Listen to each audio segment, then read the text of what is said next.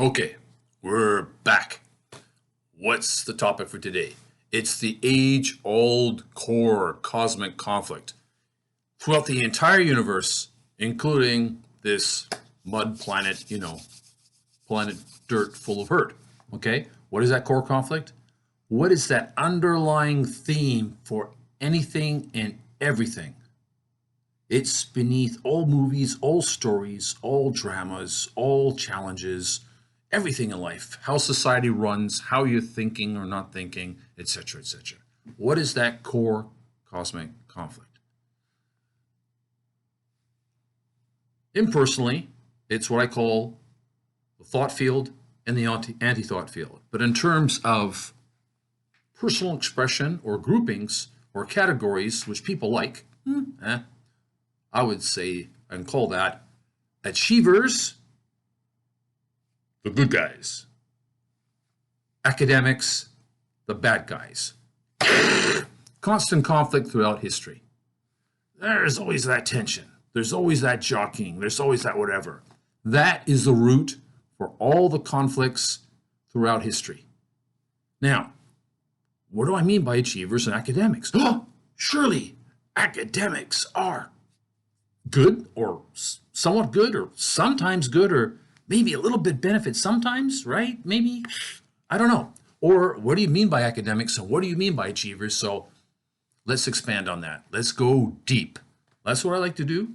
I hope that's what you like to do. Let's go deep. And again, accept, reject, whatever, but don't have a knee-jerk reaction because we know that would not be you. That would just be some dysfunctional programming on autopilot stopping you from thinking again. So step back, think about this and say, well, I'm not sure what's going on here, but I'll investigate it. I'll see the whole video through, make some comments possibly, think about it and see how this provokes me and stirs things up and goes into the garden of my mind and digs up the stuff so I can pull out some rocks and some weeds and plant some better seeds, right?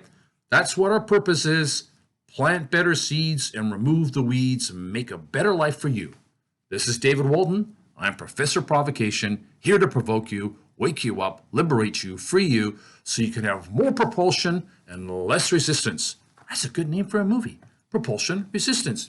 I think I'll do that. Remind me. You can remind me in the comments below if you like that. So let's get into it. If you look at society, you have those who get results. They're in the battlefield, so to speak. They're in the marketplace. They're in the sports arena. They're got their sleeves rolled up and they're doing stuff. They may be starting out, they may be highly accomplished, they may be partway on the journey, but they're in there doing things. When you get to be, a little bit grown up, which means 6, 7, 8 years old, when you get that ability to evaluate, the ability to plan, the ability to forecast, the ability to reject bullshit, the ability to start becoming more interesting. What the hell is going on here? And dig the crap out that all the adults put in your heart and your mind when you were 0, 1, 2, 3, 4, 5, etc. Then you now have the ability to achieve, to dream, to plan, to forecast, schedule a time, and make things happen. You can think big. You can look around you and go, what is the best any person has done or group has done, organization has done? How can I start to do that and do new things that no one has done before?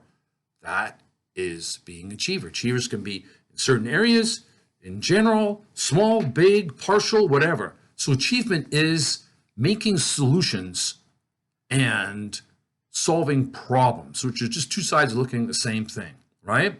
Now, achievement is related to merit, competency, creating value. On the other side, we have creating problems and destroying value and emphasizing credentials. And it's basically what I call the priesthood, the professional priesthood. It can be very obvious and it can be more subtle. So on one side, you have results, and on one side, you have posturing. This is more like a parasitic approach. This is producer. Producers, achievers, creating value, solving problems, getting things done. Here, parasites, bureaucracy, complications, credentials, creating problems, and posing them off as solutions. Okay, so how does that work?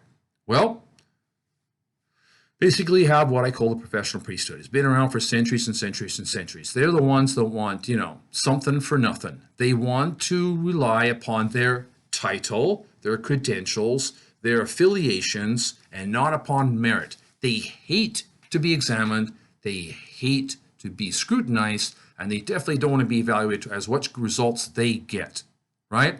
They tend to criticize the achievers and try to turn society against them and envy them.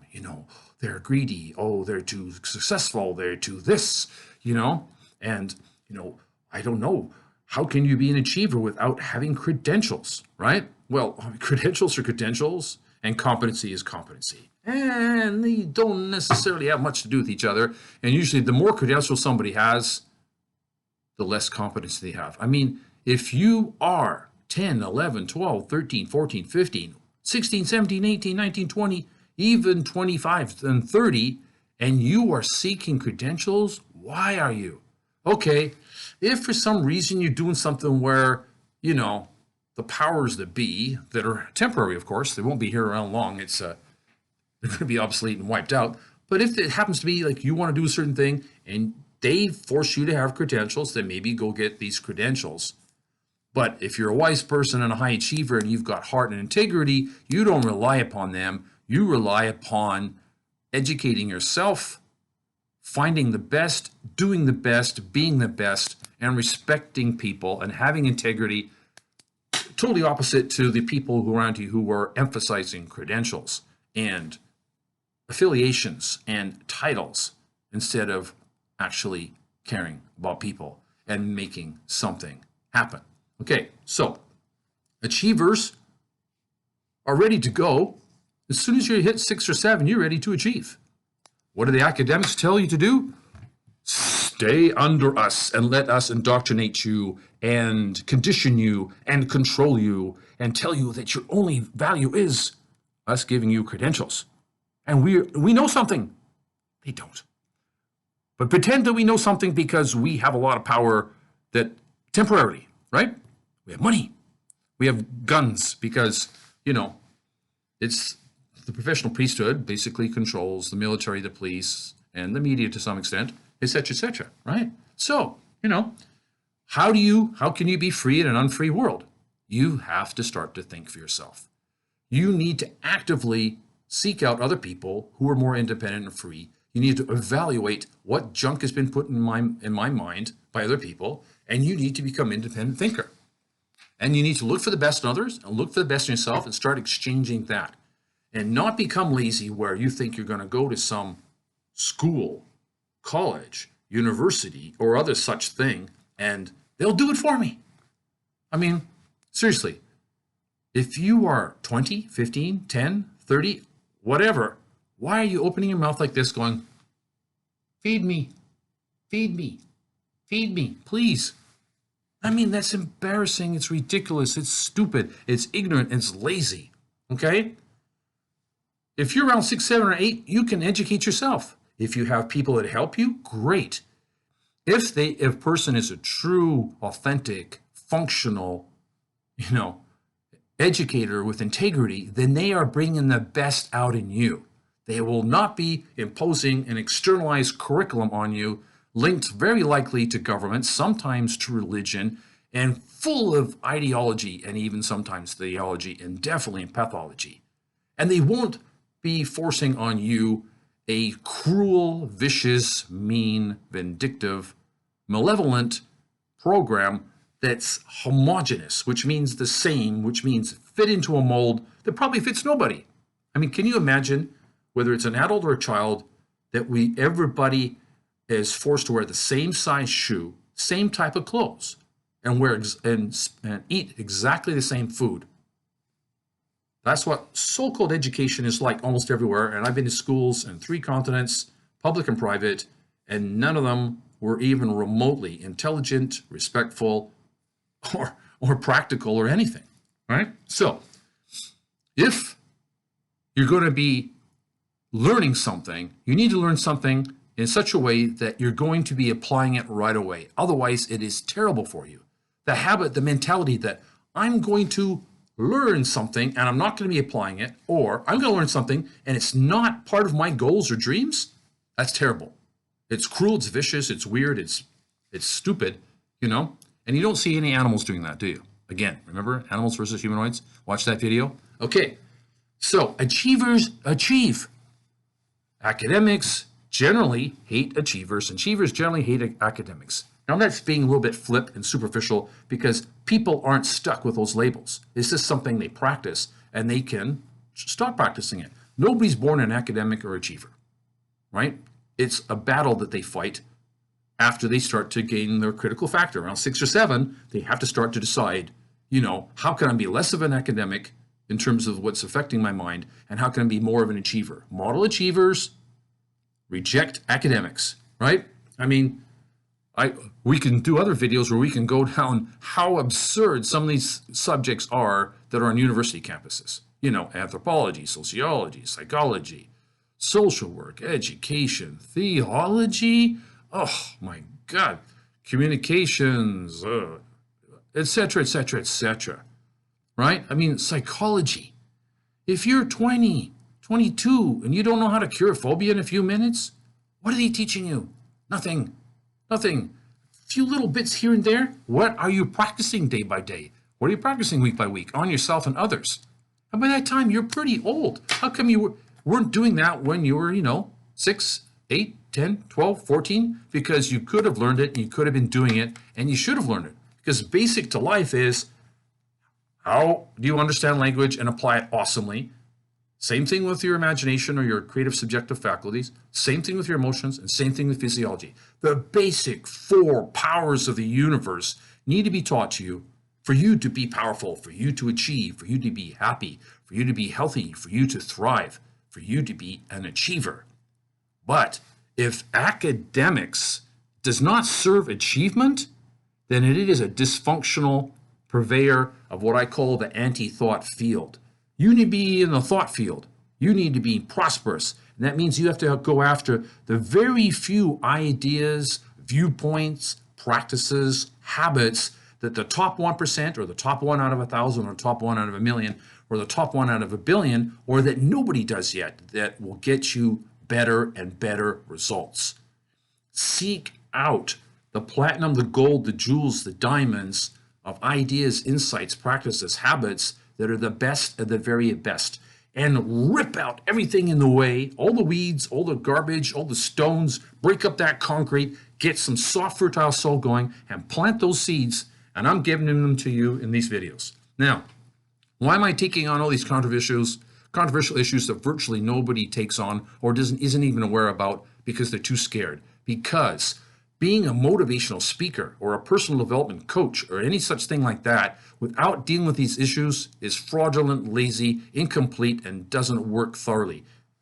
Just trying to apply it to sales or sports or corporate whatever in a narrow way without acknowledging the overwhelming influence of governments, universities, religions, unions, schools, bureaucratic corporations, advertising, and other, bureaucratic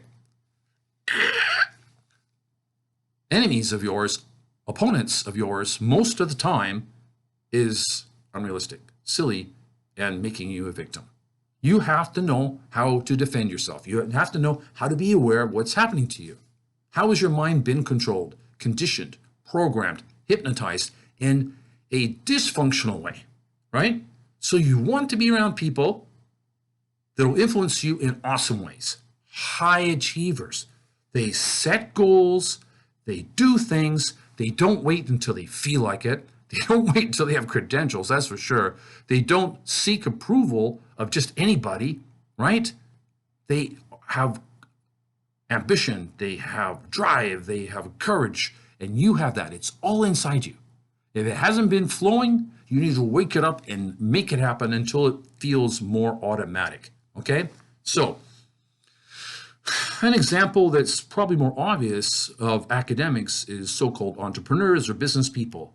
They need to create value. Of course, there can be some hybrids academic hybrids between academics and entrepreneurism, where there's like big bully corporations that kind of just force society to do stuff by sheer manipulation and mass advertising. And that can happen and does happen and did happen. But more and more nowadays, because of the internet, people can look at things and make choices.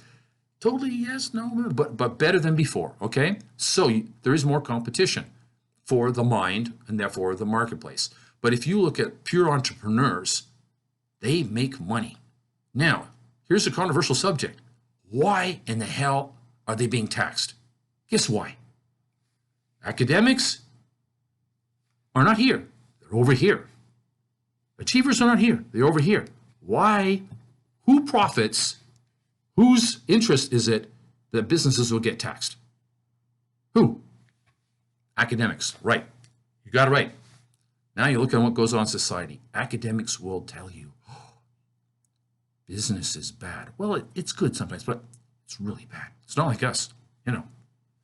Like, so supposedly they're trying to put themselves across as moral, intelligent, wise, beneficial, that they're serving you. They're not looking out for their interests, really. I mean, they don't get high salaries or anything like that. They don't get perks. They don't have security. They're totally just there to serve you.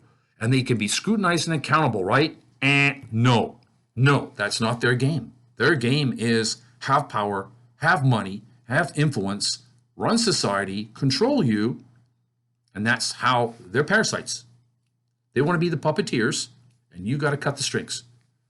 Achievers, entrepreneurs, for example, have to do something to win your vote, to get you to buy, to get you to subscribe, to get you to be involved, to get you to promote them, to get you to recommend them, right? They have to create value. Now, of course, they can create junk, but then now you got to wake up and demand better stuff, right? That's the marketplace, right? Now, it's insane to punish achievers for creating value. That's insane. When the academics talk about we have to do this a certain way, we need to fund this and that and the other, what they're saying is we want the businesses to fund it, and we want to take money away from those businesses employing people, and money away from them doing research and development, and money away from them creating better products that the market wants. We want to take the power away from the consumers and the businesses that are buying from these businesses, and we want it to go where? Where do the academics want it to go? To them. To them. The money goes to the academics. The money and the power goes to the academics. Think about this. Ka-ching, ding, it's the money. Academics do not have their own money. They spend money. They destroy money. They waste money, and they put money into programs and ideas that make more problems in society. That's what they do. They pose problems mentally, and they create institutions and bureaucracies that create more problems and pain for people, and they employ bureaucratic type people. And of course, most of them have credentials, right? Which means they don't care about you. They care about their credentials and their title. I'm going to ask you, do government employees really care about you? Are they totally accountable to you? Or do they go by their union, their boss, and the bureaucracy, and the ideas they picked up in university that infected their minds, the viruses, and then the mental bacteria? What do? Do they really care about you? Are they going to risk anything? Are they going to work after hours? Are they going to make extra effort for you, or are they going to do just enough to get by, and they're going to keep you at a distance, and they'll hang up the phone if necessary to get rid of you? I ask you, have you ever had lots of problems with government agencies? Are there government agencies that shouldn't exist? They should have been gone a long time ago. They were created for maybe a legitimate reason at one time, but now they're obsolete. They don't belong there. But an academic wants to keep creating a budget and spending money, okay? Academics have to meet budgets. Achievers and entrepreneurs. And there's achievers in other areas of life. Let's give some absurd examples, right? Imagine that you were at a World Cup soccer game or watching it on TV. But let's say you're at the game. A lot of people love football. Okay, most places call football. I have this little bit of bias in my mind because I got brought up in areas that they use the word soccer, but it's not really that important. But imagine there's a World Cup football game. It's the finals, right? And you hear the sound all of a sudden, right? And it's like some movie scene where these huge helicopters are coming in, right?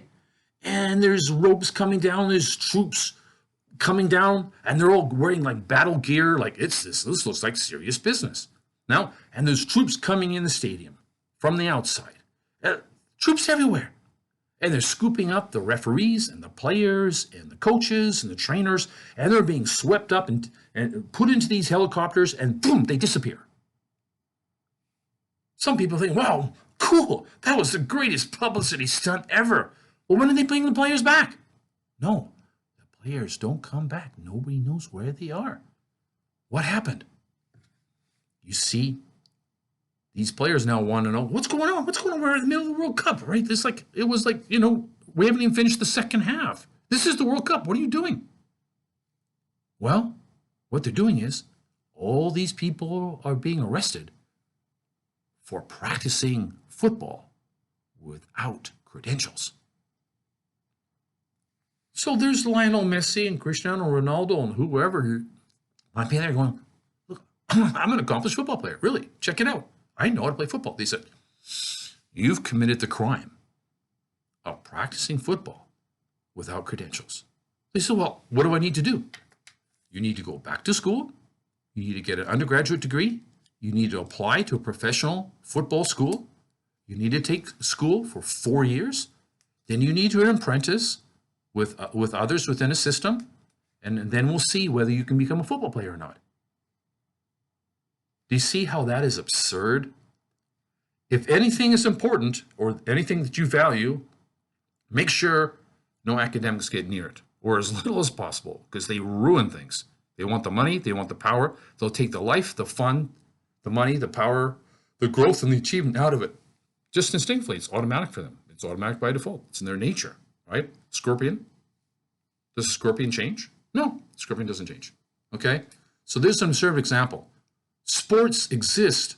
There's some bureaucratic involvement, and there's some bullshit, and there's some dysfunctionality, yes, because academics is infected everywhere. Sure, and I've exploited that because, I think freely. I've been thinking freely for decades and decades and decades and decades, long before I ever hit puberty, okay? But for most people, yeah, they get affected by academic stuff. It sneaks in everywhere, it's a plague. It's prevalent, okay? But think how absurd it'd be with every sport you had to get academic stuff. I mean, don't kick the ball, don't pass the ball, don't shoot the ball, don't go on a football field. Be in a classroom. Learn the history of the making of soccer balls or footballs. Learn the physics of how the goalposts absorb the impact of a soccer ball or a football. Oh my God. And then, of course, you got to take courses in, the history courses that have nothing to do with football, and you've got to take some sciences, and you got to take a language. Seriously, this is what university is like. Wasting time, padding time, so some professor gets paid for droning on about some boring bullshit. Okay? And a little bit that might be a little bit irrelevant could be done much better. Believe me, that they're not focused on highly effective focus training that's relevant to what you need today. Today, you're going to apply today, this week, this month. That's training. Training and education are basically opposite. Now, the word education supposedly was supposed to come from, bringing the best out from your heart, from within you, but that's not what happens, right? Okay? Now, if somebody is a decent teacher, what happens to them? They make a movie. And then people watch the movies and go, oh, wow, that teacher made those kids something, brought character out of them, brought courage out of them, brought creativity and accomplishment out of them. Where they were down here, they brought them up to here. It might have been via, teaching violin or teaching mathematics or teaching swimming, or it could have been a sport, or it could have been chess. There's been different movies about this, right? But seriously, the worst teacher easily could be doing better than those teachers that are being signified in the movies. If we took education seriously, we would have education based upon what works and merit and competency and passion And it would have to be customized for each individual person, not one generic situation. And you definitely can't have any ideology or theology involved, right? That means no nationalities. I mean, when I went to school in England, it was the English are superior, the British are superior. And, there was the French, we had a long war with them. And, there's the rest of the Europeans. Like, it's a bias, it's a filter, right? It's bullshit. It should be neutral. You should be looking at it from a global perspective, so you're free to think your own thoughts and not being pushed through the grid of a province, a state, a territory, a nation, a continent, or any other kind of territorial limitation. That is either incompetency, stupidity, or it's just malevolence, right? Okay, so I've gone all over the place. We've opened up this topic here. Put your comments below, like, share, subscribe if you haven't, press notifications if you haven't. Say what you liked about this, what you didn't like about it, what other videos you'd like to see. Would you like to have more videos on this specific topic or a subcategory of this topic? Express your feelings, express your thoughts. We're here to provoke you and give you a better life. We want to provoke that resistance so you can spot it and get rid of it, because it might have been lurking there for seconds, minutes, hours, years, and for some of you, decades. Time to wake up, time to grab a hold of your life, and time to be more of an achiever. I know it's really scary to think that you have to think independently and feed yourself or find better people to feed you. But, this is your life, right? This is your destiny, and you need to think of some quality control for what goes into your heart and what goes into your mind and what goes out. What goes in, what goes out. Raise the level. No more junk food. No more spoon feeding that's dysfunctional, and no more depending upon credentials. Okay? Over and out. See you in the next video.